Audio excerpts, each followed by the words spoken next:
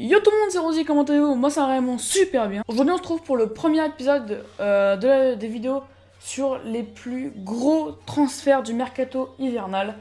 Donc ce premier épisode, il y aura moins de 10 transferts, parce que c'est un épisode que je fais pas à l'arrache, mais il faut que je me dépêche de le faire tout simplement parce que j'ai pas forcément le temps avec les cours, etc.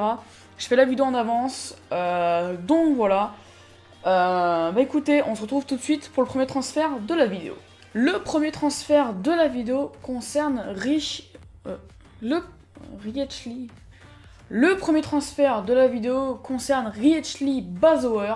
Donc le jeune milieu de terrain néerlandais a rejoint Wolfsburg en Allemagne, en provenance de l'Ajax d'Amsterdam. Donc il a rejoint le club, l'accord a été déjà signé avant le mercato hivernal, avant le début du mercato. Donc voilà, c'est officiel. De toute façon, tous les transferts dans cette vidéo, c'est officiel. Je suis pas forcément le championnat néerlandais, donc je sais pas s'il a fait un bon début de saison ou quoi. Je sais juste que pour moi, c'est une bonne recrue, simplement pour Wolfsburg.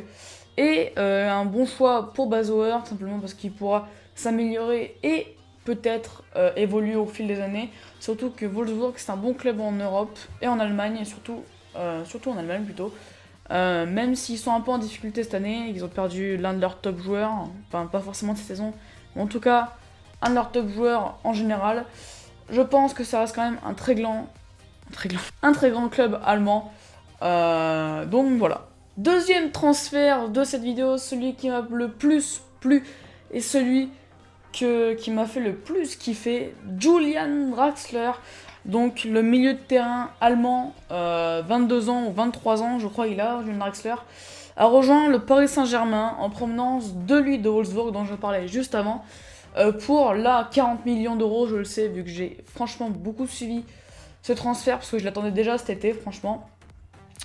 Donc voilà, il a rejoint le PSG dès les premiers jours du mercato, et franchement il a fait un super début avec le PSG, en marquant un but contre Bastia et un but contre Rennes, donc deux matchs de but tout simplement.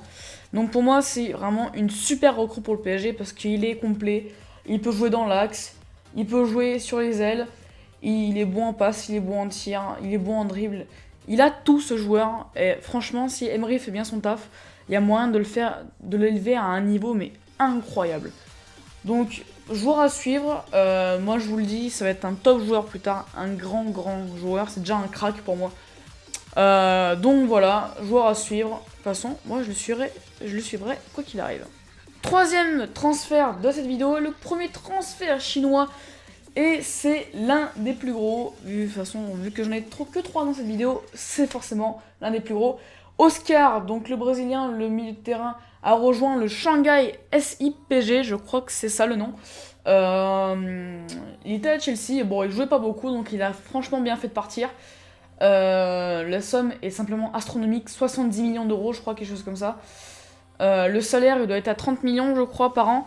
Donc un énorme salaire, un énorme montant de transfert, donc c'est simplement n'importe quoi de tous les côtés. Donc voilà, il a bien fait de partir en Chine pour moi, même si il met un peu en périple sa carrière internationale.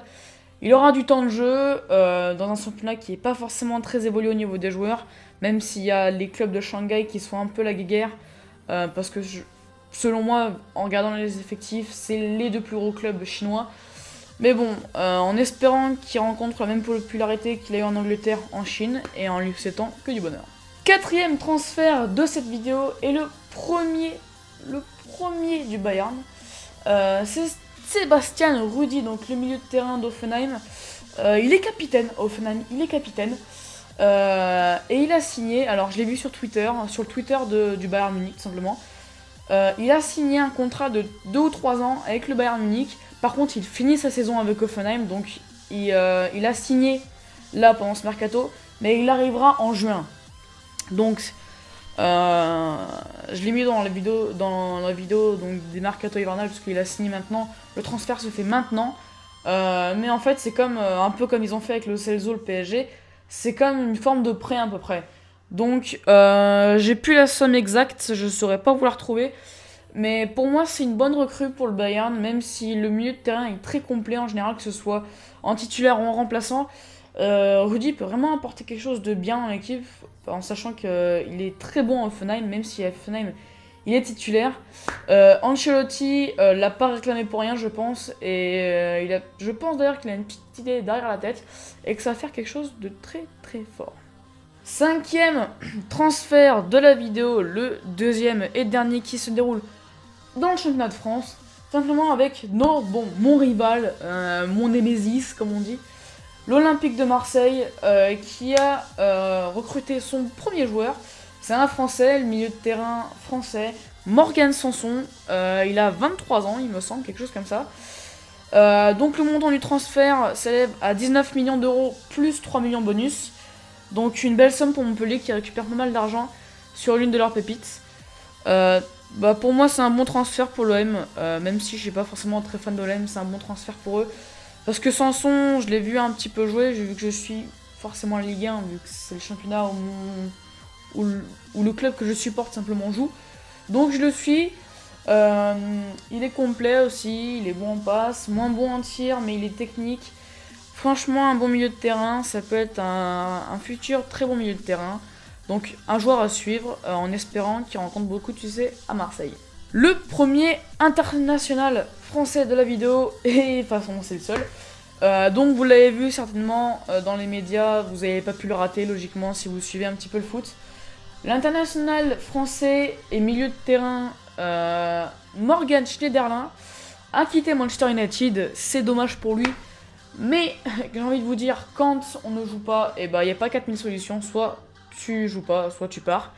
Et lui il a décidé de partir, donc il a fait le bon choix, il est parti à Everton pour 24 millions d'euros il me semble, ou quelque chose comme ça.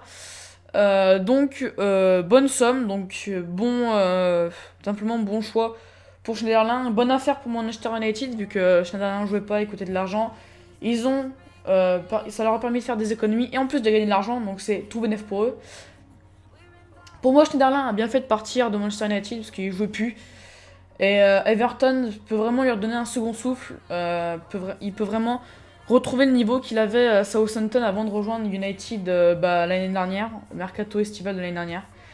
Donc en espérant pour lui qu'il remonte au plus haut niveau, qu'il puisse être resélectionné, ça me ferait franchement plaisir parce que ce joueur-là, je l'aime bien. En tout cas en vrai, parce que sur FIFA, je l'aime pas trop. Mais en espérant qu'il remonte bien, qu'il se plaise à Liverpool, qu'il s'impose et qu'il devienne titulaire, ça me ferait franchement plaisir pour lui.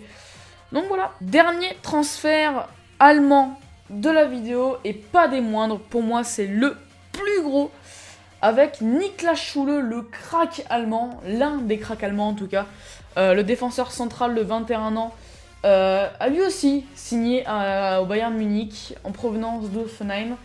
En fait, ils ont fait un peu comme le PSG a fait Zlatan et Thiago Silva, c'est-à-dire que c'est un ensemble.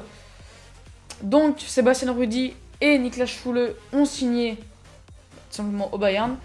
Schüle a signé lui 5 ans, oui, il est plus jeune, et il est prometteur en Allemagne, pardon, il est très apprécié. Beaucoup disent de lui que c'est un futur crack. Donc en espérant pour lui qu'il augmente au niveau de son expérience de jeu, je suis sûr qu'Ancelotti peut vraiment le faire évoluer et le faire devenir un énorme joueur qui s'imposera au niveau européen et qui sera titulaire. Pour moi c'est sûr, dans quelques années il sera titulaire au Bayern. Donc voilà, tout simplement, en espérant tout simplement qu'il joue quand même au Bayern, en sachant qu'il y a du gros monde. Au Bayern et défense, je parle bien sûr de Boateng, Hummels. Il y a aussi du très bon encore, il y a Ravi Martinez, lui qui joue un petit peu moins, vu que Boateng et Hummels sont les titulaires. Mais bon, on verra bien. Avant-dernier transfert de cette vidéo, et ce transfert-là m'a fait beaucoup rire parce que ce joueur-là a mis une grosse quenelle à la Juventus. Je veux bien sûr parler de Alex Witsel, le milieu de terrain belge, d'ailleurs qui a disputé l'Euro. Simplement a signé au Queen Giant, je crois que c'est ça le nom.